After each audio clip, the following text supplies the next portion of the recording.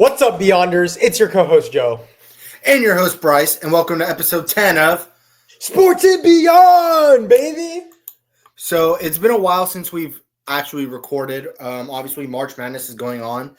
So we're going to talk about March Madness and then kind of piggyback off of that. Obviously, March Madness has been going through so far because we didn't record an episode talking about it. So we're just going to go through some of the bigger games or the games that we decide have a good talking point.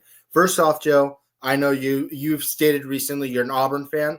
Auburn so far doing pretty good into the Sweet 16. Can't complain.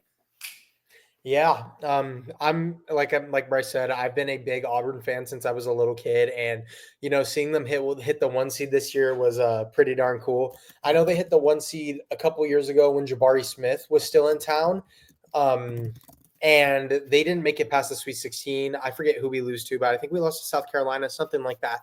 I was pretty upset, but to see us bounce back and come back over here, or come back to the spot we are in now, pretty good. I feel pretty good about this year's team. We got Chris Moore. He's a dog. Shout out Presley Patterson. I know he hardly plays, but he's pretty good. Pretty few Reed Trapp, Dylan Cardwell, all those guys. Chad Baker, Mazzara, CJ Williams. Just a couple of dogs I'd like to mention. I mean, Auburn basketball, pretty good team. I'm just really hoping that we don't choke this year and we win. We're playing Michigan in the Sweet 16. That's going to be a very tough game, but Michigan's also the same team that almost lost to UC San Diego. And I thought I'm sorry, Bryce, but I'm kind of like derailing off the train. No, go ahead. No, we're going everywhere with March Madness. Don't worry. No, yeah.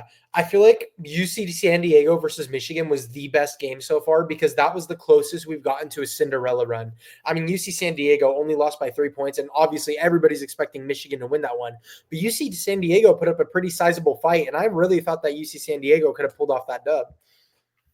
Yeah, I mean, there's a lot of close games. There's already been a lot of upsets. For example, like a lot of people had Clemson beating McNeese, but McNeese obviously came up on top.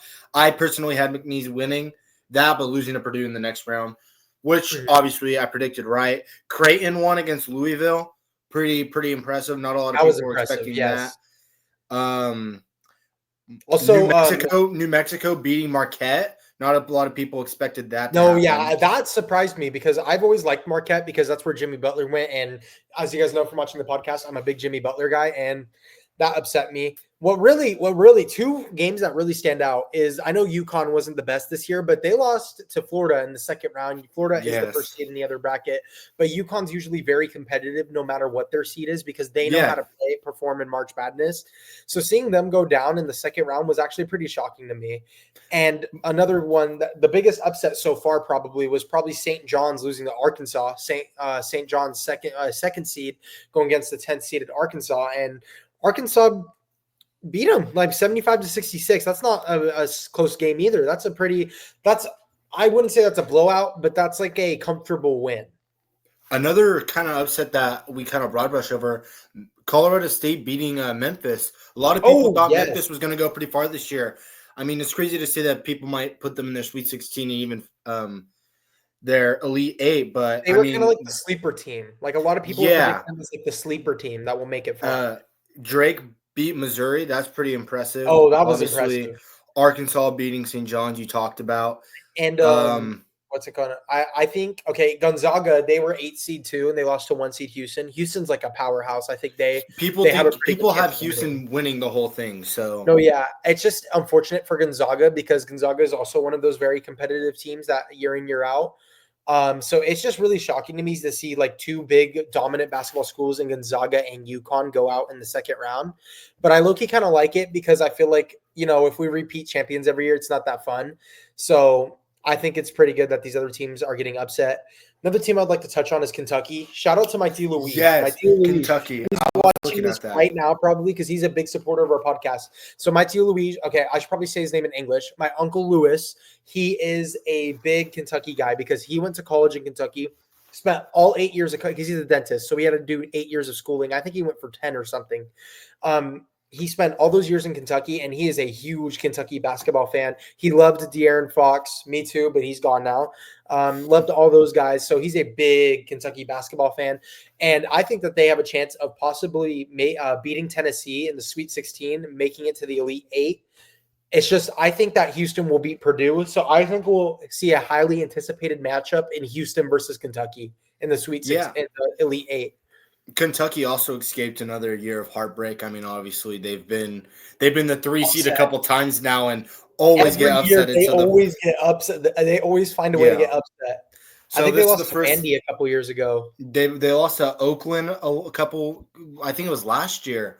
Yeah, yeah. So they've had some heartbreak. Finally, the 3 seed moving on. They beat Troy, beat Illinois. Now going against Tennessee. Tennessee is a team you don't expect them to be a really really good basketball team, but they are. They're pretty solid. We talked about McNeese, Gonzaga losing against Houston, but that's kind of expected. No, yeah. St. Mary's, I kind of expected that. There's another game that I saw that was pretty interesting. Um, oh, Mississippi State and Baylor. That was a good Ooh, game. yes, yes. That That was was a a really very good game. Baylor Um, survives only to get crushed by my glorious king Cooper Flag in the next round. Cooper Flag That's is another a thing. generational talent. He's I going to agree. be And a I think dog. that Duke will for sure make the Elite Eight and maybe even make the final. I think in this side of the bracket, they'll make the Final Four against Auburn. And then I think in the end, I think, and maybe my bias, or although I may be a little biased, I don't think Auburn will win despite what I believe in. I think, like Bryce said, Cooper Flag is a generational talent. So I think Cooper Flag is going to carry his team, lead his team to face, I want to say, so on the Elite Eight on the other side, we have Kentucky and Houston. That's mine and Bright, right? You agree with that projection? Um, yeah, And then I can see on the other side, so the four teams are Texas State, Arkansas, Florida, and Maryland. I think that that's a game that we Arkansas, didn't talk about. Maryland. Maryland had Maryland, a great game yes, against Colorado Colorado State too. State winning by one. The That was like, freshman, the well, freshman dude, the scoring the game point. winner. There's a lot of controversy about that because people are saying that he traveled, but I think it was a Yeah, that gather was a step. travel. He took. Actually, I wouldn't yeah, even say because gather step. I feel like they don't if count he gather steps in stole the college ball either. before he even moved, Yeah, so I feel like and even if it was a traveling. gather Sure. step, but even if it was a gather Yeah. step, they don't count gather steps in college. So it Yeah. probably should have It been a was. travel, but I'm kind of glad the refs didn't call it because I think the refs were just caught into the excitement of the game that they just let it slide because that was crazy. I mean, I Yeah. think Colorado State hit like a 3-pointer and it looked over like there was like 6 seconds left. Big outlet pass down the court. Freshman, I forget his name, but he's number 25. Hits that game winner. I think that is the best game of March Madness so far was Maryland versus Colorado State. Yeah. Also, there was a press conference. The Maryland coach went on live television and said, "I called a timeout. I got the plays together, and I asked the players who wants the ball, and he said, give me that MF." As in mother Oh, effer. he's ready. So he wanted the ball, and obviously he did something with it. So the coach is going to trust him with the ball a lot more. Possibly even earn himself more PT going into the game. Obviously, he was already deserving of this PT if he was in the final seconds of the game playing. But still interesting. I don't think they beat Florida though. I mean, did you hear what did you hear what the UConn coach said to the fans after they lost against Florida? I did not. What did he say? He basically said to the crowd or to the team that they're playing against next time, which is Maryland, he said, "I hope they F you guys like they F'd us," which I thought was Oh, pretty funny because Florida beat UConn in every aspect of the game, basically. So I mhm. think Florida is just gonna fly by Maryland. I have Texas Tech beating Arkansas. I think No, Arkansas's I was runs. gonna say I have Arkansas beating Texas Tech. I think that Yep. Arkansas is running off that upset energy. And the thing about March Madness is that it's so unpredictable. And I think this is going to be one of those games where Arkansas barely slips past Texas Tech in a thriller. I think Texas Tech takes the L here, and then we have a Florida Texas Tech Elite Eight matchup, or Florida Arkansas Arkansas. Elite Eight matchup, which I think Yeah, Florida and will win. and then on the other side of the bracket, we have Alabama versus BYU, Duke versus Arizona. I got Duke, and give me BYU. I think BYU can make. I was going to say that earlier too before you started talking about the UConn coach. I think BYU is a sleeper team. Although they are a sixth seed, they're a pretty good athletic school, and Alabama is a great athletic school, but they're not the greatest for basketball. I mean, still they're a second seed, and I feel like every year they have cursed luck in March Madness. So I think BYU will win that one, and we'll see a Duke and BYU Elite Eight matchup. And it's not like BYU hasn't been challenged before BYU, I mean, the first round they kind of slipped by beating VCU, but then going against Wisconsin, a 3 seed, so they've already played against a good team. Now they're going against the 2 seed. So obviously, technically a little bit more experienced team and a little bit better. But Wisconsin's not bad, especially at basketball. I feel like Wisconsin's pretty good at basketball. Mhm. So it's going to be a challenge, but I feel like BYU, just a pure momentum, and obviously it's a single elimination bracket. And like you said, the same thing with Arkansas, you're gonna fill off that like underdog energy. So I feel like they're gonna do something with that. I think they're gonna excel above Alabama and Duke. They're just gonna walk on everyone. Oh, 100%. I don't. Although I do love a good underdog story, nothing is stopping Duke right now. I mean, they got one of the best college basketball players of all time, who will be an NBA superstar, in my opinion. I mean, Duke is an elite basketball school with elite coaching and elite morals. So I think they'll just roll past BYU and make it to the Final Four. Yeah. And then on the other side of that bracket, the bracket's like so huge. Auburn, Michigan, Ole Miss, and Michigan State. Ooh, That's okay. pretty interesting games. These are pretty interesting games. I think. Obviously, mm, go ahead. I think that I could see Ole Miss pulling off the upset, but I don't think they will pull it off. I think it will be a closer game. Michigan State has not played that. I mean, they're second seed, so they got slated against lower seeds. So they played Bryant first round. I mean, I think Bryant played like the first four match. No, they were not in the first four match. They'd made it in. Um, Bryant was a 15th seed, so I didn't think they were very competitive. I mean, Michigan State blew them out by 25 points. So, and then next, Michigan State played New Mexico, 9-point victory. Again, a comfortable win. New Mexico, like we said, they shout out they upset Marquette, so they were running off the underdog energy for a bit, but Michigan State Yeah. stopped them in their tracks. Ole Miss beat UNC, and UNC has not been a good basketball school for a while. I mean, they are like historically one of the best of all time, but they haven't Yeah. like past 2-3 years they have not been a good basketball team. They've just They got they're lucky to even be in this bracket, honestly. Yes, because they had to play in the first four qualifying matches against. They played the San Diego State Aztecs. They blew them out, but they're just not. They just weren't equipped to win the whole tournament, and we saw that as Ole Miss beat them in the first round. Then Iowa State. I thought Iowa State would beat Ole Miss, but no. Ole Miss actually blew them out. Or I would say, would you say 13 points is a blowout? In college basketball, Maybe. no, because in the NBA, 13 points. It just depends because in college basketball, I feel like the Well, way it flows is like a lot slower pace.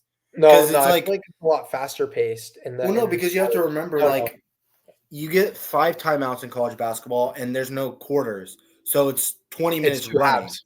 Yeah. Yeah. So I feel like the game is a lot slower because It's a they lot have, shorter, yeah. and So it I is feel slower, like, you're right. so I But just feel like, I feel like it is mo, more of a blowout, but not completely. But scoring 91 points in two 20-minute intervals is pretty crazy to me. the, college basketball, they play fast, but the game itself is kind of slow Yes. because there's not a lot of stoppages other than timeouts and fouls and stuff. Mhm. So, I mean, 13 points. I mean, we saw it in the McNeese versus Clemson game. I mean, McNeese was walking all over them, and towards the end, Clemson started climbing back, and it became a very close game. So, if you just put your foot off the gas a little bit, the game could be turned around very quickly. So, I mean, on paper, 13 points is a blowout, but if you watch the game, it might have not been a blowout. It might have just been momentum helping them or adding fuel to the fire when they could. Um, Michigan hasn't been an underdog all the whole time. They've been projected to win every single game. Obviously, you mentioned Bryant, New Mexico. I don't know. I feel like obviously the seedings say that Michigan State wins, and I kind of agree. I do Ole agree. Miss Ole Miss has it to beat North Carolina. They had it to beat Iowa State, but this is 2 seed Michigan State. And Mhm. Michigan State, they're not bad at athletics. They're pretty good. They're pretty an athletic school. Other than football, they're kind of meh at football, but everything else they kind of have Michigan beaten. Personally, that's my opinion. Yeah, So I I have agree. Michigan State versus Auburn. I feel like that's pretty fair. I would love to see that. I'm worried for this game personally. Um, because I'm like, again, like I really don't want Auburn to be upset again, and I really want to see them win the whole thing. But we're gonna It's see very how possible, it goes. but you It's also have very to remember possible. you have University of Houston and Duke on the other side of the bracket. So They play on Friday, dude. I will literally host a party, an Auburn watch party. Like, would you be down to come over and have an Auburn watch party at my house? Because I will so do it. when is it? When do you want to host On it? Friday, games on Friday. Oh, this Friday I can't. I have baseball. Oh, okay. Yeah, I'm sorry, Well, Joe. I'm anyway, sorry. I'm sorry. I'm sorry. if they make the Final Four against Duke, we're gonna have a I'll watch party. no, I'll show Or up and we could have a watch party. Yeah. yes, if they make the Um. Final Four, if they beat Michigan State and make the Final Four, we're having a watch party. So now let's go. Let's go. Our final. Do you want to go Final Four? Or do you just want to go straight to the championship? Let's go Final Four because we can't like count anybody out. Yeah. So we both have Houston versus Kentucky. Um. We had Florida versus Texas Tech. You have I had Florida Florida versus versus Arkansas. Arkansas. Who do you have? Florida, Arkansas. I mean, I love a good underdog story, but I think Arkansas's fuel will run out after getting a huge win against Texas Tech. I think they'll make a statement against Florida, like keeping the game within like 10 points or maybe like lower. But I don't think they'll be able to pull it off against Florida. I mean, Florida's a great team, and I just don't think they're I don't think Arkansas is equipped enough to beat Florida. So I Yeah, think Arkansas will add fuel to the flame, but I don't think they'll be able to push past Florida. I think Florida has both teams beat. I think the team that's Yeah. going to beat Florida is probably going to be Auburn. So I have Florida beating Texas Tech. I have University of Houston beating Kentucky. I'm sorry. University of Houston is a powerhouse in this Yeah. seeding. They're a powerhouse in this March Madness. I have University of Houston beating um, Kentucky. That's Mhm. me. Now on the top of the bracket, you have Auburn versus Michigan State, right? Yep. Okay, who do you have winning that? I mean, again, I hate to be biased, but I got Auburn winning that one too. I Yeah, mean, no, that's fair. I've also have Auburn beating Michigan State. Other side, we have Duke versus BYU. uh, I have Duke winning that. I really me do. too. I just don't see like BYU is a great team, but I honestly I can't see anybody beating Duke. I So mean, Cooper I Flag. now this is where we're gonna veer off because the final four we have Duke, Duke versus University of Houston, Florida versus Auburn. Who do you have on those Ooh. games? Well, I think this will be a very close game, but I think Auburn will pull off this win. I mean, biggest thing here is going to be the defense. I mean, Florida's a good defensive team too, but Auburn's a pretty great defensive team. Well, I think what will really make a difference is Auburn's post game. They're pretty good at the post game and setting screens. They're really good at the fundamental part of this game. But you also have to remember Florida has a 7-9 demon playing. Yes, yes. So I mean, post presence, I mean, like he's there in the post. Like you can't not see him. But I just don't know how his defensive game. Obviously, he's a little bit skinnier guy. He's kind of shaped like Wimby. Like not a Wemby, lot of yeah, he's muscle, white not a lot of Wemby. muscle on his body. It's just like skin and bones, basically. So I mean, he might be pushed around by, um, Auburn's bigs. I have Auburn beating Florida going into the final, and I really want to say University of Houston, but it's Cooper Cooper Flag. Flag, Cooper It's Cooper Flag, Flag. He could Cooper do Flag. everything. Cooper Flag could get boards. He could defend. He could shoot threes. He could play mid game. He could drive to the basket. Cooper Houston's a Flag good team. is I think Cooper that Flag whoever is going to wins between be Houston yeah. and Duke, as much as it pains me to say it as an Auburn fan, but whoever wins between Houston and Duke, I think will win the whole thing. I agree. I think it's either the winners are Houston or Duke. As much as I want Auburn to win for you, I really think it's going to be Duke or Houston winning. The only reason why I have Duke losing if Cooper Flag doesn't have a usual game, if he isn't on his normal usual flow, which is very rare, that's the only reason why I think Duke could lose if University of Houston kind of ties down Cooper Flag and stops him from doing his thing. So that's our predictions. You have Auburn versus Duke or University of Houston in the final? I say Auburn versus Duke, but I think Duke and Houston can go either way. Yeah, I think it's going to come down to Cooper Flag, like I just said. I have Duke versus Auburn in the finals. I have Duke winning it all. Low key, I could see I said that. it from the get-go. I said Duke is going to win it all. We kind of talked about this off the podcast before March Madness even started. I said I have Duke winning it all. You obviously been a big Auburn fan. You wanted Auburn to win it. And there for a little bit, I'm like, oh, I don't know. Auburn 1 seed, like, they're good, but, like, are they great? And they've proven that they're pretty good and they deserve to be in the finals. So I'm not mad if they go to the finals. I just think Duke's going to win it all because Duke's one of the most dominant teams in March Madness right now. Mm-hmm. Now, I didn't switch it over, but we just talked about who we think is going to win it all. Let's move over from college ball to NBA level basketball. Our Sacramento Kings have been struggling. They've been down in the dirt. They're on their knees in a Walmart right now. I'm not even gonna lie.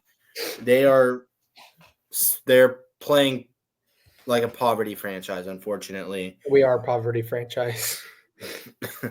But not like, I don't know. Kings just lost to the Thunder last night. It's a shame. The score 121 to 105, and the Kings are now 2 games under 500. We fell apart so quickly. I mean, we were just 35 and 31, not a few, or no, not 35. We were like 35 and 33. I just think the Kings need a big reset button. As much as I love Coach Christie and I want him to stick around, I don't think he should be the head coach. He's a great assistant coach, but and we should keep him around as an assistant coach. He did a great job as a head coach, but he's not going to cut it for winning the finals or making it far in the playoffs. He's a great morale guy, and he'll be a great assistant coach. So I think the matter for the Kings is finding a great, consistent coach, and also team morale, and also just the decisions being made. I mean, Zach LaVine said it himself that the vibe is dead in the Kings locker room and they're not really gelling together. And that's probably why they keep losing the games. But I think the biggest reason why the Kings are not winning and not producing is because of their lineup. So our current lineup is Malik Monk at the point, Zach LaVine at the shooting guard, DeMar DeRozan at small forward, Keegan Murray at power forward, Domantas Sabonis at center. Shout out Keegan Murray. He made 9 3-pointers against the Thunder last night. Pretty dang good. The only thing that's like kind of keeping me, or the only thing that's unsettling about this lineup is Malik Monk is a great player and he will continue to be a great player. It's Not a just Malik starter, Monk has never been a starter. He's not a starter capable player. He has the skill to be a starter, but he's just the way he works, the way his game works. He's the guy that brings the momentum off the bench. Yeah, he changes momentum, and when you start him on the court, the momentum's dead. So he's going to be off for the rest of the game, I feel like. So starting a guy like Keon Ellis, he's going to control the game. We know Keon Ellis is a defensive presence. He knows how to pass the ball. Keegan can play defense too. Yeah, so I mean, Keon Ellis kind of understands it, and like in the NBA, you don't have to be the best player to be a starter. He's more like a role player that's in a starting position because Malik Monk is so dominant off the bench. When De'Aaron Fox was consistently starting, or not consistently starting, when De'Aaron Fox was on the team and starting, Keon Ellis would come off the bench, Malik Monk would come off the bench, and it was dominant. The Kings had a really high offensive rating when it was De'Aaron Fox, Keon Ellis, DeMar DeRozan, Keon, and Domantas Sabonis. We had a really good offensive rating. Ever since then, ever since we started Malik Monk, the quality has kind of dropped off. And it's not because Malik is a bad player. It's just because he makes a bigger impact coming off the bench because he knows to get a bucket when we need a bucket. Where when he starts, he's the person who controls the game. He doesn't know how to control the game by himself. And that's the problem. I feel like he doesn't know how to set up the energy at the beginning of the game, so the vibes are down. And then obviously you don't like to lose. No team really likes to lose unless you're tanking. But other than that, like when you lose, obviously the vibe is going to be down in the locker room. And I feel like that's the biggest problem is they're down and they just keep getting kicked down when they're trying to get up. And obviously OKC is not helping their problem here because they just got freaking kicked in the face and now they have a concussion. They're still in the plan though. So I mean a playoff berth is still alive, but we just saw what OKC did to the Kings last night. Yeah, It, it is not pretty. if we make the playoffs, we are 100% a first round exit. Like if we play the Thunder 8th seed, which is the best we can get right now, we are getting swept, in my opinion. Or we might sneak in a game 5, but no, we're getting swept. No way we win over 5 games. Something I would like to bring up is I saw this interesting stat, and it showed all the Kings starting lineups and their offensive rating. Currently, the lowest rating is with the Kings' current starting lineup. Like even the lineups with De'Aaron Fox were higher and stuff like that. But the 2 lineups that had the highest rating were lineups when Keon Ellis were starting.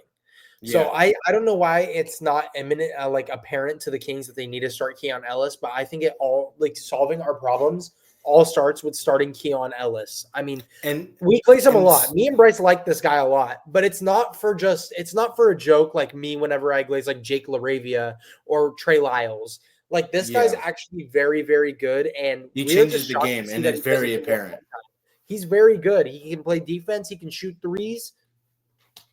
Yeah, I mean we like to joke around and we like to troll a lot, but like jokes aside, like I genuinely think Keon Ellis is the reason why this team has been succeeding because he knows his role as the player. He knows what he needs to do when he's on the court. He knows that he needs to get out there, maybe get a couple steals, make some passes, and make the shot when it's needed. Not that Malik Monk can't do that. It's the fact that Malik Monk brings more to the team when he's needed rather than setting the tone. And Mhm. I already said that, and I'm going to reiterate it. It's important for a player to know their role in a basketball team. Keon Ellis is comfortable doing what he does. Malik Monk is comfortable doing what he does, but Keon Ellis could do it at a way higher standard and a way more productive standard starting rather than coming off the bench or even getting DNPs. We saw when Mike Brown was coach, when Keon Ellis wasn't playing, we were struggling. Keon Ellis is our Yes. backbone. He's the backbone on the defense because he could go and guard that Steph Curry. He could go guard that Kyrie Irving. He could go and defend these elite level guards He because shut he's down Steph skilled on the Curry too. defensive area. Yeah. There were a And couple games this season where he held Steph Curry to like a really low offensive rating, yeah, and so Kyrie I too. mean, whereas a Malik Monk isn't able to do that. And I feel like that's why we're struggling too, is Yeah, that Malik Monk isn't that like insane defensive presence he's that not. He's not a good Keon defender. Ellis is. I'll Yeah, just say he's not a good and the defender. thing, I mean, not that he's a bad defender. It's just that the offensive skill in the NBA right now is just so high that it makes every defender look bad. So I feel like Yes. that's what it is. It's not that he's a bad defender because I'm sure he's a good defender. It's the fact is this players that he's supposed to be guarding in the guard position are just a lot more mobile and a lot more faster and like quick off the step. Mhm. And he's not on the defensive side of the ball where Keon Ellis can kind of understand that. I saw clips of like Keon Ellis's awareness, like when he's on ball defending, he's like turning his like obviously you want to cut off the lane of the basket, but the way that he turns his body, he knows when a player's setting a screen, so he could go over it or he could go under it to get the switch, which you need. Malik Monk can't do that. I don't think he could read a screen No. coming I from the think center. I think the best defensive players in the NBA are the players that give the most effort. I think it's all like Keon, he puts all his effort into defending. And I think that's what makes him such a great and elite defender is the way he's able, the time he spent in the gym and in his mental classroom. I like what I mean by that is like watching film and learning more about the game is what makes him good at defense because he's spent his time to learn and get to know all this defensive stuff. Like Yeah. he studies that stuff and he takes the time to learn so that he's good at defense. And when he plays, he gives 100% effort. I'll be watching a game. Somebody will make a pass. Keon is the first guy to jump in front of it and make that steal. Keon's the guy that will go out there and put effort into his game. And I think that's primarily what makes Kawhi Leonard the most, like one of the most elite defenders of all time, if not the most. There's an argument for that. But what makes Kawhi one of the most elite defenders of all time is his sheer effort to the game. He puts a lot of effort into anybody he guards, and he's not a selfish player. Same with Keon Ellis. They're both not selfish players. They will both play defense first and pass the ball first for their playmaking. That's why both of them don't score a lot. So I feel like Keon Ellis, I'm comparing Keon to Kawhi, and I feel like that's not a bad comparison to make because both put a lot of effort into their game and put their teammates before themselves. And I think that's primarily what makes an elite defender, an elite playmaker, and just all the stuff that what makes Keon and Kawhi special. Yeah, and you even said the last time we had a relatively good lineup in place where the rating was high was with Keon Ellis. So not saying that Keon Ellis will fix all of our problems, but I feel like Keon Ellis will definitely be a game changer in a sense. Now, talking about the Kings' potential playoff berth if they turn shit around, because who knows? Right now they're sitting at the 9th seed. Two teams above them, the Clippers and the Timberwolves. The team below them, the Phoenix Suns. Let's say the season ends now. We're going to be playing against the Phoenix Suns. We can win that. I think we do win that just because this season we have been beating the Suns a little bit more. And we're not a horrible team. We're not playing to the standard that we're used to. When all players are on, we're all playing our hearts out. We were relatively good. I mean, Zach LaVine was finding his flow in Sacramento. I think he still has his flow. He hasn't played like the best this past game, but I think LaVine has found his flow. And yeah, I think he's just a great player. I know I hated him. I mean, we all know that episode where I apologized to him. So just crazy. He definitely he deserves his flowers now. He's kind of proved to the fans that he can play. He understands the game. Not that he couldn't play, but play at a higher standard that we want him to play at. Yeah. I think we beat the Suns. Now, the Clippers and the Minnesota Timberwolves, who loses between them, and who do you think we play? That depends because if Kawhi Leonard stays healthy, I think the Clippers win because Kawhi can guard Anthony Edwards, and when you guard Anthony Edwards, the Timberwolves don't really have much of an offense besides that. Julius Randle's quite the liability. I to this day think that trade that the Timberwolves trading Karl Anthony Towns was the stupidest franchise decision in their history because they made the Western Conference Finals last year. I think they had like 56 to 57 wins, lost in 7 or 6 to the Mavericks. And then you trade away the guy that's been the face of your franchise for the past 10 years. I get it. You have Anthony Edwards, but like that was a stupid decision and it's not paying off for them because they got Julius Randle, inconsistent liability, Dante DiVincenzo, who's a decent guard off the bench. But yeah. I just didn't think it was a solid move for the Timberwolves, and that's kind of screwed over their team. So yeah, now look at the Knicks. Yes, and if Kawhi is playing, and if Kawhi's there to stop Anthony Edwards, the Timberwolves have no offense, and the Clippers have other players like shout out Derek Jones. He's really underrated, but they got James Harden and Norman Powell to kind of carry the team over the hump. Shout out Ivica Zubac, very good rebounder, very good defender, can play good offense too. I think the Clippers beat the Timberwolves and make it to the playoffs, and then we play the Timberwolves in the play-in round 2. I think that we lose that game because we're just not at our best right now. We don't really have – I mean, we do have Keon Ellis to guard Anthony Edwards, so it really all depends on Keon's game that day. If Keon's, like, on top of it and Keon's able to shut down Anthony Edwards, which is a hard job to do because Anthony Edwards is one of the hardest people to guard in the NBA. So I think if we face the Timberwolves, I think we unfortunately that's where we take our loss. And, yeah. I think we beat the Timberwolves just because – I don't know. Keon Ellis can defend Anthony Edwards, and if you shut down Anthony Edwards, the Timberwolves are nothing. They're nothing. They have Naz Reid, Jaden McDaniels. Other than that, I mean, you could argue Julius Randle, but he's such a like you said, such a liability. Other than that, like there's nothing that the Timberwolves really have. Rudy Gobert, but like we have that we will win, but I don't see it. It's all up in the air still. I think best case scenario would be the worst case scenario. Low-key, oh no, not DeMar. I'd say that Keegan Murray and Keon Ellis are the biggest X factors to that potential game, assuming we do beat the Suns. Because Jaden McDaniels is a pretty good defender. He can defend DeMar. Timberwolves power forward. I'll have to look that up. Timberwolves. I don't know off the top. I know who they have. They don't start Naz Reid. He comes off the bench. Yeah, he's a bench man. They got Jaden McDaniels. No, Julius. I'm stupid. Julius Randle. Duh. Julius Randle. I think he's a decent defender, but I don't know if he can. I mean, I think the best chance we have. Oh no, actually, I changed that. Forget I said anything about Keegan. The biggest X factor of this game is Malik Monk because he'll have Mike Conley guarding him. Mike Conley's a great player, but he's old. He's still solid. But I think if Malik Monk can get going offensively, and then you have, Keon Ellis off the bench, I think we should start Keon, but I know they're going to play him off the bench, and Markel Fultz to guard these guards. I think Keon or Malik Monk needs to make the most of his time when he's out there and playing basketball, and he just needs to show out in order for us to Yeah, win this.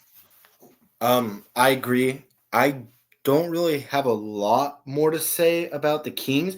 I mean, we could stick to the topic of NBA for a little bit, and then we can move on to our next topic, which we do have two football topics, and I feel like there's some important things to say.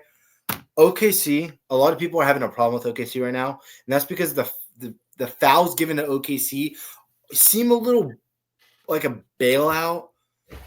Yeah, I think that as much as I like SGA, Merrick would throw chairs at us if he was on this call right now because Merrick might Yeah, have. that's why we're talking about it right now, because if Merrick was here, he So would Merrick shut down can't this crap. conversation. He's probably gonna give us crap in the group chat later, but it's all right. You know what he did yesterday when OKC beat He went to the game. Kings? He tagged me. Bro. He tagged me on Instagram. He tagged me on Instagram. So He didn't want the smoke with me. He didn't want the smoke with me. I didn't like the message. I didn't repost it. I didn't say anything. I just ignored it. I was like, I know he went to the game. I'm happy for him. I'm sure he enjoyed it. But Yeah, he told me yesterday at school at the petting zoo. I was a little pressed that he only added me. I thought he added you too.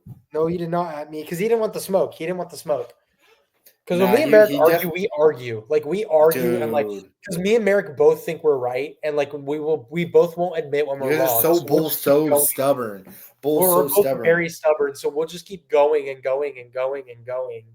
That was I think I told this story on the podcast already, but when I think it was Juszczyk, it was before Juszczyk got released, but when Greenlaw left the 49ers, I sent the picture to the group chat. I closed my phone, 7 messages. I read the 7 messages, I turn it off. I go to the bathroom. At least 5 minutes later, 71 unread messages in the group chat between Joe and Merrick arguing. And then Merrick, you know what? Merrick was done. He was done rage baiting. He was done making Joe mad. So he ended it like, love you, Joe. Like, oh, it's all just fun and games. It took Joe 11 hours to respond. I had to go see him at school and be like, hey, Joe, you know he said that, right? He's like, oh, yeah, I just didn't respond. Bro, I was like, what? Are you kidding me? So, I mean, that's a little something that I think interesting. Me and Merrick argue, it's like a sibling fight. Dude, it's bad. And I just love to sit here and just let it happen because I like to stir the pot. I don't know. Yeah, you two are funny when you argue. You guys are hilarious when you argue. I'll wait for the perfect moment to add something into it. And that's the best part. Talking about OKC, SGA, kind of he's not beating the allegations that he's a free throw. He's a foul baiter, in my opinion. He's a great player, but a lot of his stats are inflated by the fouls he gets. And I feel like when it comes to the playoffs, the refs are going to start getting more serious and stop calling fouls. There was a clip I saw the other day. They called a foul on SGA or on Kawhi for SGA, but Kawhi didn't even touch him. Kawhi was literally there, had his hands out, but Kawhi did not lay a finger on SGA, and they called a foul on him. So I think it's pretty outrageous. I mean, the Thunder are still a deep team besides SGA, but I think overall this is going to be the Thunder. The biggest difference is going to be how many calls SGA is getting. I think I don't think this derails them as a team. I just think this is definitely something to look out for. I still have the Thunder making it out of the West and making it to the finals, but you have Thunder going to the finals. People need to realize Lakers, they're turning it around. Okay, yeah, they're 43-28 right now, and they've been doing a little less worse because LeBron got injured. So but they're also trying to they're purposely I feel like some teams are purposely dropping down their seed so they don't have to play a higher seed later in the playoffs. Okay, so they're the 5th seed right now, so they'd be in the top. No, I think You might be right. They low-key might give up the 5th seed to the Warriors so that they don't have to face the Thunder in the second round. Yeah, I think that's that's a what smart I'm. strategy, actually, because if you're the I Lakers, because you don't want to face the Thunder. same with Denver. They were tanking a little bit for a little bit, but they kind of picked it up. I Mhm. think that they might just tank a little bit more, just because they want to avoid OKC. Because at the end of the day, I mean, last year people said that OKC was young, and this year people are saying that OKC is ready. I think give it one more year, just one more year to let them develop. They still have quite a few picks that they still have in their I pocket, mean, get some trades in the offseason. they're a 60-12 team, which is crazy. Yeah, but I also think just give them one more year. I mean, you have Lakers and you know the saying OKC, KFC, UFC, Lakers and five. Lakers in 5. So that's what I think personally. I have the Lakers going to the finals. Shout out Kano. I know Kano would love me to Kano's a love Lakers to. fan? Coach Kano is a Lakers fan. By the Uh, way, Joe, I'm saying this on the podcast. I believe, okay, Kano. People keep saying Kano's an amazing basketball player. I'm not saying he's not an amazing basketball player. I think if me and Kano 1v1, I have to score 1 point. He has to score 21. We play ones and twos. Loser gets ball. I think I win. I just have well, to if you score one score 1 point. and he has to score 21. Yeah, but people don't even think I could score one. If Miracle's on this Oh, you can podcast right score at now, least 1. You can he's score saying okay. delusional. I Kano think is I a could Homar score. basketball legend. We all know about that Kano half-court game-winning shot on homecoming. Legend for that. But I think you could score at least. I think you could slip 1 point on Kano. I think so too. I'm not going to leak my plans or anything because he might be scouting. Which, by the way, Joe, I think we should have Kano on the podcast and we should have a press conference. I think We we should should have have a a press. live press We conference should get Kano on there. That'd be really cool. because I personally think I could beat him at least. Joe, it's just one layup, right? It doesn't even have to be skill. It could be luck. It could be pure luck, Dude, and I beat him. So I think I can. Sorry, I kind of went off task with that, but I think I could beat Kano. I had to talk about it on the podcast because people think I'm crazy. mm. I have the Lakers going against Boston again. In the finals, Yep, just like the old days, yep. I I could have see Boston the winning we them. haven't talked about the East that much. I could see the Celtics making the finals. Um, You can see. I already see, Joe. It's already happening. I don't It's know already because happening. don't It's count already out like happened. the Cavs have been on a bit of a losing streak, but I think the Cavs are still a deep, great team. I mean, they have like Darius Garland, who's an elite playmaker, Evan Mobley, who's an elite defender and rebounder, Jared Allen, who's also an elite defender and rebounder. You got Donovan Mitchell, who's just Donovan Mitchell. They got a decent bench. They got Ty Jerome off the bench. They got DeAndre Hunter. Well, he's a starter. I think that I think the Eastern Conference Finals will end up being the Cavs and the Celtics. Unpopular opinion. I think the Knicks, if Wait, I think the they'll barely Cavs and the sneak out of the Celtics first in the round finals? in the Eastern Conference Finals. Oh, okay. I just thought you said the I NBA think the finals. My bad. Knicks might get upset first round by the Pistons because the Pistons have been on a crazy rampage. Cade Cunningham is a really, really good basketball player. He's been Yep. playing amazingly lately, and I Pistons have turned it around since last year. Last year they were oh, for struggling. sure. They They were turned it horrible around. last year. They had like what, They like were 15 wins last year. They were bad, and the they had the worst team longest lose in streak in yeah. NBA history. Now that I look at the East standings, that makes me mad because the Hawks are the 7th seed with the same record as the Kings. Like, what the flip? Yeah, The and Heat are in the and this is playoffs. very The this is the something Heat that are in I the have play-in noticed. with a 31-41 record. Yeah, the Western Conference is more competitive, but all the like extreme super teams and the really, really good teams play on the Eastern Conference, which is weird. Because obviously Cavs, the Celtics, the Knicks are pretty good. I guess you could call it a super team. I mean, not a super team, but they're still a really good team. As in on the other side, the Western Conference, you have OKC. Some people might say Lakers, Golden State, super team, Denver. I But like all the Western Conference is like a lot of the younger teams where you have Houston, that's a young team. You have Grizzlies, that's a young team. Clippers kind of young. Um, no, Clippers are old. Minnesota kind of young. Clippers are old. They got Yeah, but Kawhi, like, James Harden, Norman Powell. but also I don't know. Like for their age, they play pretty good. So they're a younger, older style team, I guess you could say. But I I feel like the guess. Western Conference, it's more competitive to get in the playoffs. But at the end of the day, Eastern Conference is more, in my opinion, more dominant. Obviously, historically, they are too. I Yeah, have, they have more competitive teams. I mean, you got two yeah. 50-win teams in the Cavs and the Celtics. They Also, can both be 60-win teams. I mean, the Cavs are 2 wins away. The Celtics are 7 wins away. They could both be 60-win teams.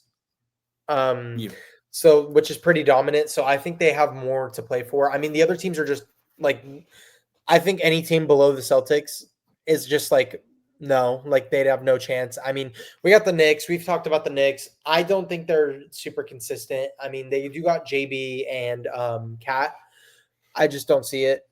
Um, and then the Pacers, I mean, you got Tyrese Halliburton, Pascal Siakam. They're 42 and 29, not really the greatest record, still way above 4.500. The Bucks, you got 40 and 31. I mean, they still got Giannis and Dame, but Dame got a blood clot. He's going to be out for a while, so that's yeah, definitely going to hurt them. The Pistons could make some but they sneaky. got Kyle Kuzma now. They do got Kyle They do have Kuzma, Kyle Kuzma. He's a great which, by defender. the way, NBA champion. By the way, He is an NBA don't forget champion. that he is an NBA champion. And then, but the seventh and eighth seeds are both getting swept. I mean, the Hawks and the Magic, both under Yeah, 500, and I that's mean, even if they make the playoffs. They still got the Bulls and the Heat, who are both horrible teams, but they're still in the play-in. I mean, Bulls are 32 and 40. Kevin Huerter, die. Miami Heat, they're ever since they traded away Jimmy Butler, they've been like 5 and 16. So it's been rough. So yeah. I feel like that kind of wraps up our basketball for now. I I can't wait for playoff basketball because there will be a lot to talk about we're with gonna playoff talk a lot basketball. about that, dude. Yeah. So I'm ready to move on to football. We have 2 football topics, and then we have a new game coming to the podcast, which we've been playing in class, in Mr. C's class, almost every day now. We're addicted to it. People who are watching the podcast will understand the rules. We'll explain it a little bit more. Let's talk about football, and then we can play our new game. Cooper Cup to the Seahawks. A little late to the party, a little bit late to the conversation, but I still want to have our takes on it. Joe, you start first. Obviously, division rival. Let's hear it. So Cup to the Seahawks. Man, this makes me so angry. We thought that he could have went to the Niners, especially after we released Juszczyk and all those guys, but then we got Juszczyk back. But Cup to the On a smaller Seahawks. contract, yeah. Yeah, wow. Like this really shocked me. I mean, Cup is a Washington native, but like going to your division rival, one of your division rivals, playing the Rams twice a year, and especially for I mean, the Seahawks did need a wide receiver desperately. I mean, they have Cup and JSN, which is pretty good. It just shocked me. I thought Cup would want to go to like a contender, but maybe he's good with just chilling in his hometown and winning a few games. I just hate how he went to the Seahawks because I just hate the Seahawks. I'm sorry, Cameron Landron. I know you're a regular listener. I just don't like the Seahawks, and it hurt me to see Cooper Cup go there. Yeah. 49ers are, I wouldn't say they're desperately looking for a wide receiver, but they might need one. Obviously, we predicted Devontae Adams going to 49ers. He went to the Rams. Cooper Cup going to the 49ers. He went to the Seahawks. So now 49ers come up with nothing. But this is a good pickup by the Seahawks. A very good Great. pickup. They didn't have to lose any assets to trade for him because they released him. Or the Rams released him. So they got to just pick him up and deal with the salary. The Seahawks, I mean, they have Sam Darnold throwing the ball. I'm not saying that he's a bad quarterback by any means, but this is the same guy. This is the same guy a couple years ago who was throwing balls to freaking ghosts. Yeah, and he had a great season, 35 touchdowns, 12 picks. But this guy's the same guy who was thrown into a stacked offense, good O-line, best receiver in the league. Jordan Addison's a dog. Some pretty underrated guys there too. I mean, they had a good rookie core. Aaron Jones, great team. And Aaron Jones yeah, also he re-signed. has I'm Cup. not sure if we talked about that. Aaron Jones did re-sign. Aaron Jones did resign too. I just don't think this was a good signing for the Seahawks because $110 million was a little crazy for 3 years after a quarterback had one good year. And you're throwing Sam Darnold into a completely new system with a worse O-line and slightly worse weapons. Cooper Cup, JSN, good receivers, but I don't think it will overall work out for the Seahawks just because I don't like the Seahawks, but also because like I just don't think I'm not buying into the Sam Darnold magic. If he has another great season, then I'll start calling Sam Darnold elite. But I don't think Sam Darnold's elite just yet. Yeah, I don't know about Sam Darnold going to the Seahawks. I think he'll be good because he does have pretty decent weapons. Jackson Smith, Najigba, and Cooper Cup doing, huh? Careful how you say Jackson Smith. Okay, my bad. He has Jackson Smith, whatever. I mean, Joe is gonna get on my ass for saying it, I guess. But he has Jackson Smith, Najigba for to throw the ball to, and then Cooper Cup. Sam Darnold might not do too bad, but he's gonna get hit a lot more in Seattle. Obviously, having to go against the 49ers 2 times a year, it's I gonna be mean, tough. Joey Bosa is gonna put him on his ass. It's gonna be fun to see. Nick Bosa. We didn't get Nick Joey Bosa, Bosa. sorry, yes, I We my should have had mind's Joey Bosa. should have, but instead he went to the Bills for less money. Crazy to talk about. Talking about teams wearing the red, white, and blue. Stephon Diggs to the Patriots. He finessed the franchise. I mean, put this man in jail for robbery. I'm telling you that right now. No, yeah, he got a lot of money. I think Diggs is good, but this guy's coming off a torn ACL, so who knows if he'll be able to play at that same elite level he was playing at. So this is just a matter of wait and see. This is definitely a gamble on the Patriots side, but the Patriots have a pretty good team building up. I mean, they went crazy in free agency this year. They got Harold Landry, Milton Williams, Stephon Diggs, and there was another big one that they signed. I just can't think of right now. Yeah, and Stephon Diggs is 3 years, 69 million max deal. I That's mean, for the like the price tag, it says that it's a good deal. But Stephon Diggs, like you said, coming off an ACL an ACL torn injury, ACL, yeah, which is a big injury, it's especially when you're that old. yeah. I mean, the comeback's very, very, very hard. He's getting the same So money as no, he's getting more money than wait, no, he's getting the same amount of money as Devontae Adams, 23 million per year.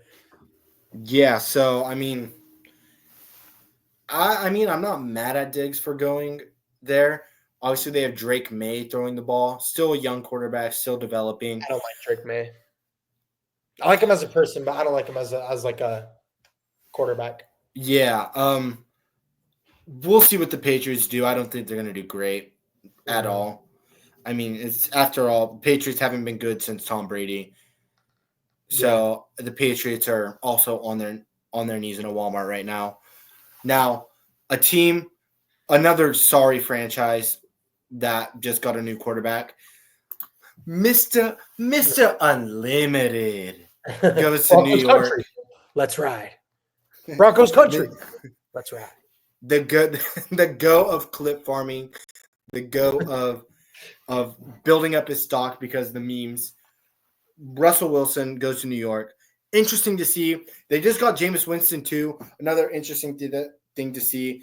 Joe, what do you think about this? Well, I thought it was pretty interesting the course of action they decided to take by signing both Jameis Winston and Russell Wilson, because the Giants have a high pick in the draft, and people are speculating that they're going to take Shador. I thought it was a little crazy to sign two quarterbacks for a little bit, like a third string quarterback for a pretty decent amount of money. I mean, Russell Wilson, I kind of get because they'll use him to mentor Shador. I don't know if Russell Wilson, he's a great quarterback, but I don't know if he's like a great like mentor type guy because he's going to want to play. So it's just very interesting. I mean, I don't understand the point of signing both Jameis and Russell Wilson. I mean, I'd rather sign Russell Wilson than Jameis, but the New York Giants still will take a quarterback. And I just think this is an interesting move. I mean, Russ wasn't all too bad with what's it called? What did he play for? The Steelers. He wasn't too bad with the Steelers. Um, Justin Fields was better, in my honest and humble opinion. I'm searching up his stats right now. Yeah, also talking about the Steelers I don't think have a competitive quarterback in their roster anymore. So that's also Oh yeah, something to look forward to. Aaron Rodgers to the Steelers question mark? that would. I think that's the Steelers' plan. I mean, as of right now, they obviously need a quarterback because they have nobody. I mean, they let Fields and Russell Wilson walk, which I think they should have kept Justin Fields. I don't know how you're letting a guy like Justin Fields walk away from your clutches like that. The Jets are going to have fun with him. But yeah, they're definitely Russell or Aaron Rodgers is 100% a Steeler in my opinion after today's course of events. I think he'll do decent over there. He's got weapons. He still had a great season, 28 touchdowns to 11 picks. Um, yeah, I just think And he missed 6 games too. he did miss 6 games. Yeah, which, by the way, those 6 games that Justin Fields did start, they were a pretty competitive team. I mean, obviously the Steelers are a They competitive were team at the great. beginning. Justin They Fields were put at, up good stats too. yeah, I mean, Steelers are always a competitive team at the beginning of the season. They fall off and always somehow manage to pull a 9-8 season or a 7-9 season. So interesting to see. But now that moves to the question that I just said. What are the future moves for the Steelers? I say Aaron Rodgers going, or they trade up in the draft to get a quarterback like Jackson Dart. People don't talk about him a lot. I think he's Um, underrated. yeah, Jackson Dart coming out of Ole Miss. I mean, he was one of the only quarterbacks, not one of the only, but one of the top prospect quarterbacks to participate in the combine. So a lot of teams that might need a quarterback or a backup quarterback were able to scout him and see kind of what he's able to do. We have Shador Sanders and Cam Ward. I feel like those are still kind of locked in. I think the Giants will take Shador Sanders. Titans will take Cam Ward. It's just a matter of what the Steelers are going to do. If they don't get Aaron Rodgers, they're going to have to draft a quarterback or trade up in the draft to get a quarterback. That's interesting to see. Joe, do you want to add anything about what the Steelers might do? I think the Steelers will get Aaron Rodgers. I could see them settling for a quarterback in a later round like Jackson Dart or Jalen Milroe, something like that. Milroe, yeah. Milroe would be a good fit. But I overall think that they should have kept Justin Fields, and they're stupid for not keeping Justin Fields.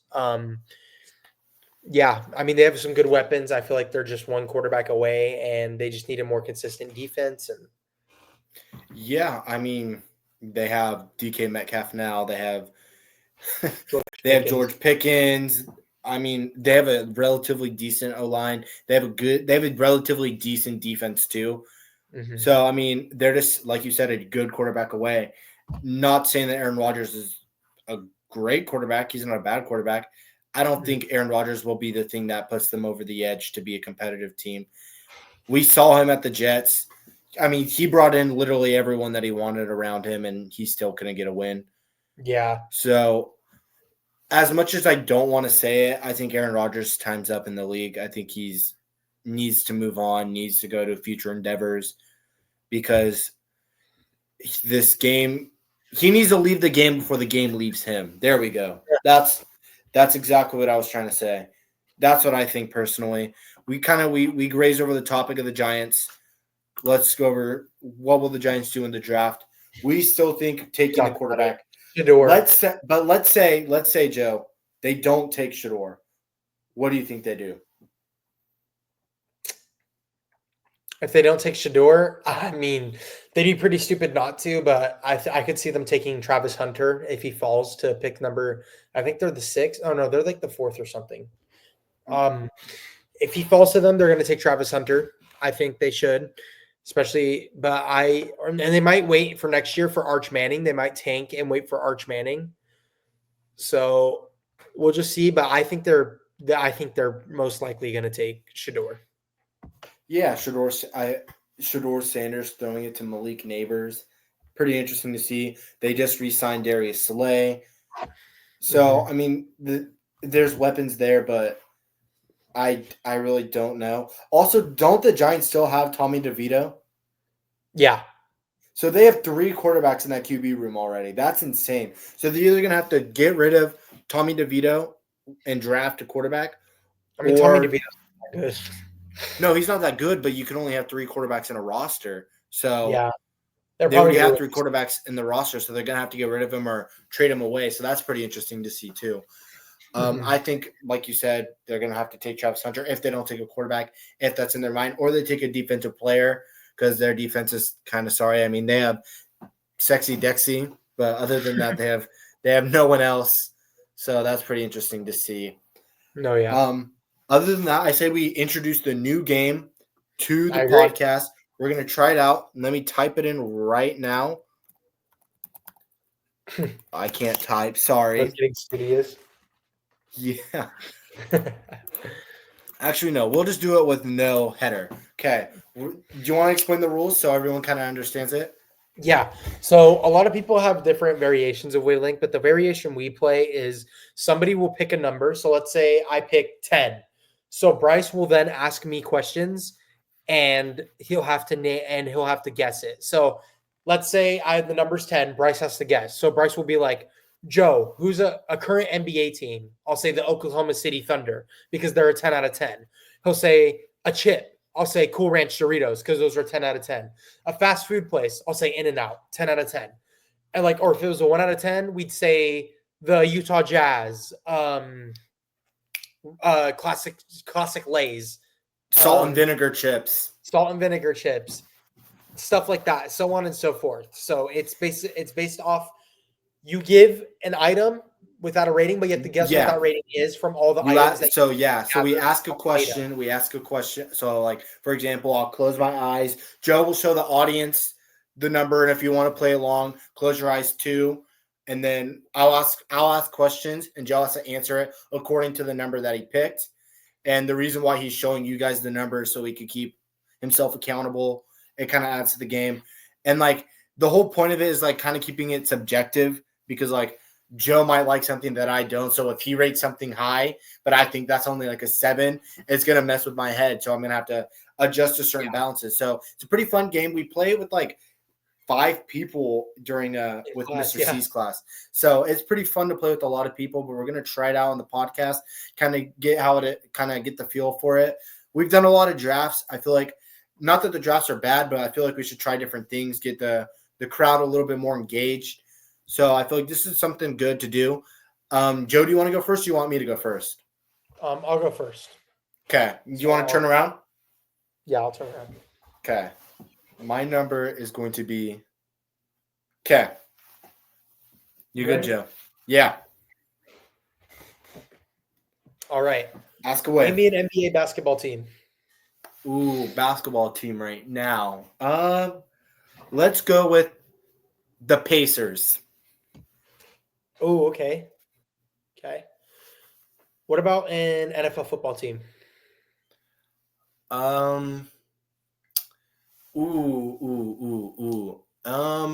Let's go with the Rams.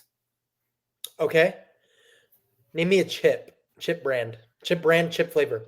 A chip brand or flavor? Which one do you want? Both. Like you need to name the brand and the flavor. Let's go the purple bag Doritos. Okay. Wow. All right. Name me a soda. Let's go. Ooh, this is hard. Let's go a root beer. A&W root beer. A&W root beer. Okay, that changes things. Let's go with the shoe brand.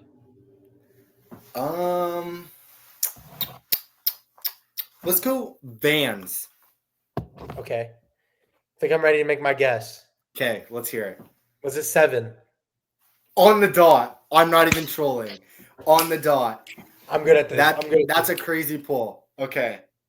Oh yeah. What was a celebration? What? Hitting the thug shake, but with my arms up. Okay. My turn. I'll turn around. Let me know when it's done. All right, let's go with a. All right, got my number. Okay. You're good. Give me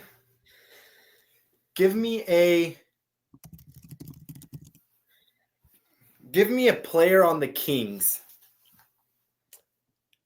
Let's go with all time or current? Current. Ooh, let's go with Mason Jones. Mason Jones. What? Mason Jones. Okay. Give me a soda. Great value ginger ale. Ugh, brother. Ugh. What? Okay, give me a color on the rainbow. Let's go with yellow. Ugh. Give me an NBA team. I want to say one, but I feel like you'll get it right away if I say it. Let's go with the current Philadelphia 76ers. I'm stuck in between two numbers right now. I'm gonna ask one more question and then I'm gonna make my guess. Give me a candy. Payday. I'm at a 2. Yep, on the dot. I was gonna go 1. I was gonna go 1, but you said the 76ers. That's what brought it 76ers up. are a little bit better. A little bit better If I than the said the Wizards. Jazz, you would have said one. It was either Jazz or the Wizards. If you would have said the Wizards or the Jazz, I would have been 1. And then the payday isn't horrible. It's just not It's great. just nothing's good about it. It's like Bill Russell or like Tim Duncan. Nothing flashy about its game, but Yeah, it's but good. all the old heads say that they're the GOAT. All the old Yes, heads yes. are like, oh, this is the best. But like the new generation be like, bro, there's something called Snickers, stuff like that. Real. So pretty interesting. Let's You want to play a do one couple more more each. rounds? Let's One do more one round? more Okay. each. Turn around. Let's go with. Okay. All right. NBA basketball team. Let me think. Here, let me pull up the standings. I want to give you an actual Okay. their representation because I don't want to screw you over. A Portland Trailblazers. Okay. Not super bad, not super good. Name me a cartoon.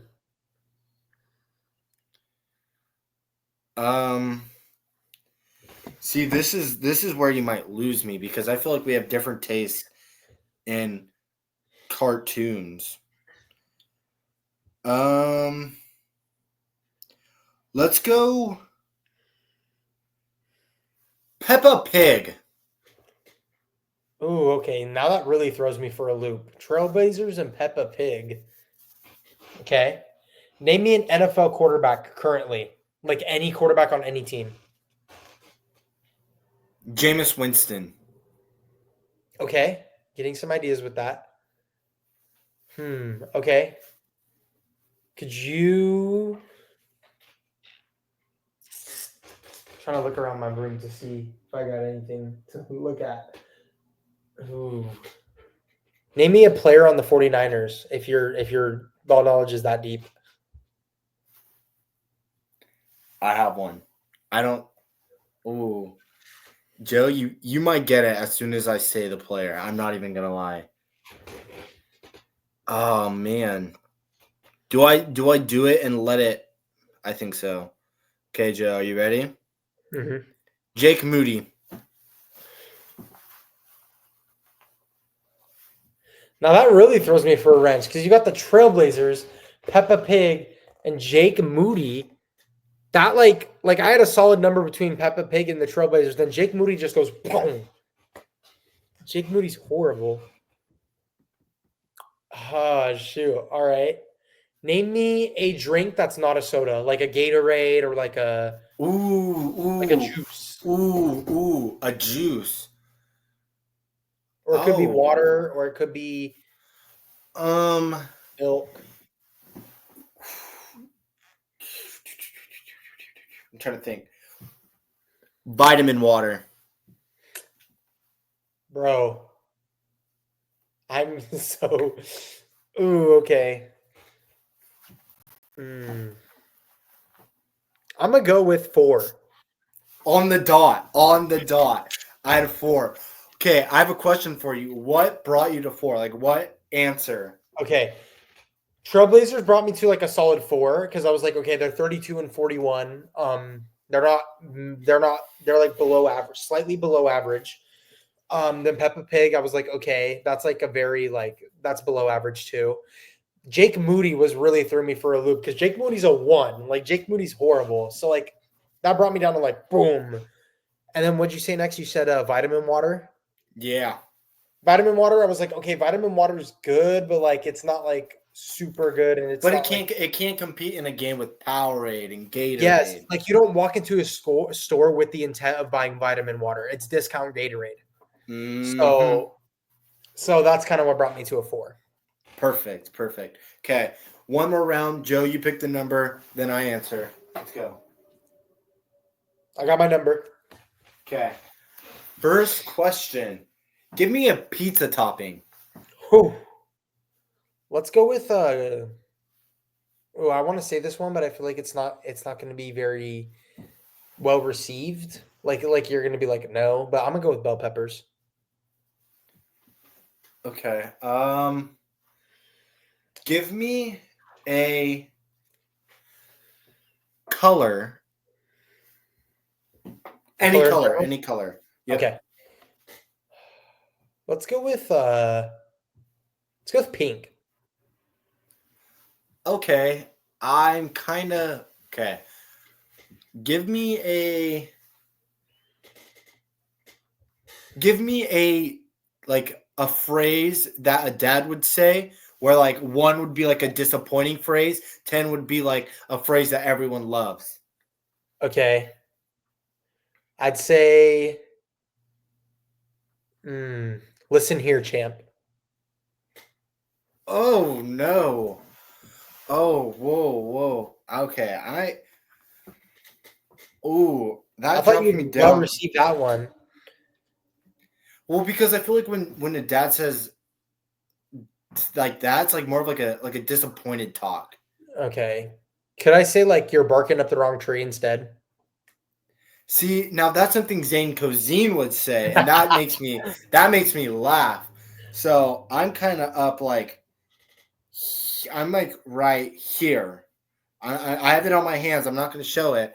I give me give me a like give me a down in football, like 2nd and 3 or like 1st and 10. Okay. Um, let's go with 2nd and 6. Okay, it's dropping me down a couple. Actually, It's not horrible. let's go like 2nd and 4. No, second and Okay. five. 2nd and 5. Okay. You only need you need half the distance from where you started. Okay, I'm ready to make my guess. I think I'm gonna get it wrong, but are you at an 8? No, I'm at a 6. Well, no, because you said second. See, when you said 2nd and 6, I was like, oh, okay. So like you got 4 yards. You probably started off with the run. So I'm like, okay, yeah, no, I like not bad. 4 yard run to start off the drive, not bad. But then when you brought it up to a 5, it's like 5 yard run. You have That's you have true. 2 to 3 more plays to get half the distance that you already covered. So That's true. that's what brought me up. I think that kind of wraps up this new game, Wavelength. I enjoyed playing it. I know, Joe, I think you like playing it. I think it's a good way to bring the fans in because if the fans want to play, they could also play, make their guess, and at the end of the day, guess which number you held up. So I don't have anything else really left to say. I think we talked about everything that we wanted to talk about this podcast. All of our topics crossed off perfectly, touched every topic. Pretty mellow podcast. Didn't have any yelling like we normally do. Normally, the yelling occurs when we have a guest who likes to stir the pot. So I think it went pretty smoothly today, Joe. What do you think? I thought it was great. Had some nice chill talk about basketball. Introduce Wavelength. We'll have to get Merrick on this next episode. Can't wait to talk about NBA playoffs and to see if our March Madness predictions went through. So Yeah, I think next episode we're obviously gonna know the results of March Madness. Pretty interesting to see. Um, NBA playoff basketball, like we said, starting soon. That's very exciting. Very exciting. I'm very excited. There's a lot coming up. We do have a lot of people who want to do in-person podcasts, and we're gonna try. I'm personally trying to find an alternative to record in person because at the end of the day, it does cost money to do certain things, and money is something that I don't have. So if people want to help out, just let us know and give us tips and ideas. We're more than willing to open up to different ideas. But a lot of podcasts on the way. Hopefully, future in-person podcasts coming up soon. Obviously, if people don't know Joe in person and you're just a fan of the podcast, Joe's wearing a Cal Poly shirt. He's probably going to Cal Poly. I am So going to. it's gonna be a lot harder to record podcasts. So for the meantime, we're gonna try recording in-person podcasts, I but say eventually when summer. during summer we just go on a crazy grind where we pre-record like so many episodes so that like we can release them, and then whenever I come home we can record. Yeah. So that's the plan. Obviously, we're both seniors in high school. We're both graduating soon, so it's a lot of different ways our lives can go. But I'm trying as hard as I can to make time to do this podcast. Obviously, last week was very busy for the both of us. We both had a lot of things going on, so we did miss a week. But I deeply miss doing this. So I'm happy that we're back. I'm excited to be back next week because next week I think is going to be pretty interesting. I want to try getting a guest on next week. If anyone's interested in being a guest, let me know. Let's get it done. Other than that, I have nothing really left to add. Joe? No, I mean we got our. I mean, if I want to hit my quote, Okay. Oh, yeah. Quote of the day. I forgot. I got to think of one. The American dream is not the American dream. Wait. Some kid said this the other day. I was on that faith thing, and this one kid said this, and he sounded so much like a poet. But he said something like, "The American dream is not the American dream because of the people living in America. It's because of their dream." Something. Okay, ignore that. We're gonna ignore that. Joe, hey, Joe, do you want me to save you here? Save me. We've been reading a book in English class, Oh, Tattoos on the Heart. It's a quote from the book that we talked about today in class. It's not a bad quote, Joe. Don't worry. The quote says, "Trust in the slow work of God. Our God is who waits.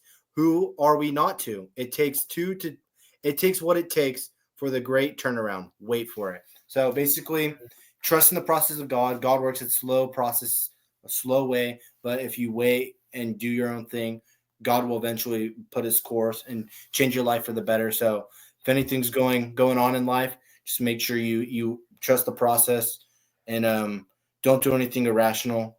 God works in mysterious ways. God works in slow ways.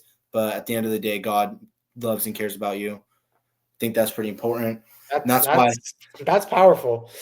that's why you can't see, but I have it underlined in my book and everything. Also, another funny quote. I mean, if we're going to talk about funny quotes in the book, one of my favorite lines I also highlighted. I'm trying to find it now. I think Joe might know what I'm talking about. It's obviously you guys don't have a copy of the book. I don't know why I'm going to say the page, but basically it's a dialogue between a homie, aka a gang member or an ex-gang member, talking to a receptionist at the industry. He says, quote, "I have anal blindness," and then the recipient was like, "Anal blindness," she says. And he says, "Yeah, I just can't see my ass coming to work today." I thought that was pretty funny. Lines up the mood. Definitely something you could use if you ever want to call out sick for work. Make sure you use that quote, but don't quote me. Quote the book. Gregory Boyle. Quote Gregory, please, not me. Industries. Yeah, I think this is a good way to end it out right now. I don't see my ass coming to work anymore. I'm joking. I'm going to work. I'll see you at school tomorrow, Joe. I'll see all the supporters. Leave a comment. Shout out. There again, we shout out Steve every episode, but he does listen. He genuinely does listen to every single episode. Our And number he one leaves a comment. He leaves a comment on every single YouTube. On every single post on YouTube. He wanted us to talk about donkey basketball. We didn't get to talk about it. I feel like next podcast, I say we bring Merrick on and we talk about donkey basketball. Obviously, because he was playing. That. It's a little bit late. It's a little bit late, but we could still talk about it. I feel like that's pretty fun to just we could get a guest about that played as well. Yeah, something interesting. Other than that, I think it's perfect time to wrap it up. Thank you everyone for listening. Joe, hope you have an amazing day. I hope we made it within your time. Everyone, see you guys. Peace.